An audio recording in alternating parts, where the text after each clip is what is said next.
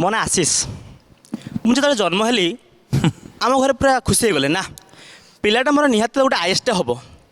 ତାପରେ ମୋ ମାର୍କ ଦେଖିକି କହିଲେ ନା ଏଇଟା ISI ଏଜେଣ୍ଟ ହେବ। ଏମିତି ନୁହେଁ ଯେ ମୋର ପାଠ ହୁଏନି, ପାଠ ମୋର ଭଲ ହୁଏ କିନ୍ତୁ ଏକ୍ଜାମ୍ ଟିକେ ଖରାପ ହୁଏ। ଆଜି ମୋର ମନେ ଅଛି ମୋର 10th କ୍ଲାସ୍ରେ 96 ମାର୍କ ମୋର ଥିଲା।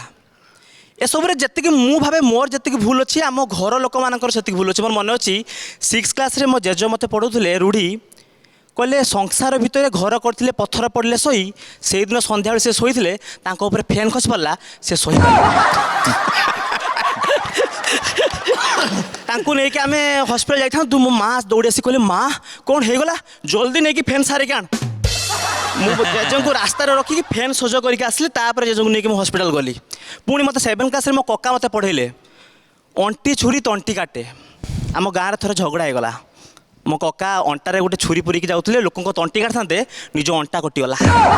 ଏସବୁ ଦେଖିକି ମୋ ଜେଜେ ପୁରା ଟେନସନ୍ ହେଇଗଲେ, ଆରେ ଟେନସନ୍ ନିଅନି ଲୋ, ସଂସାର ଭିତରେ ଜେଜେ ସଂସାର ଭିତରେ ଘର କରିଥିଲେ ପଥର ପଡ଼ିଲେ ଶୋଇ, ମୁଁ ଜାଣିଛି ତୁମେ ଫ୍ୟାନ୍ ଶୋଇପାରୁନ, କିନ୍ତୁ ମୋ କାକି କାନ୍ଦୁଛନ୍ତି।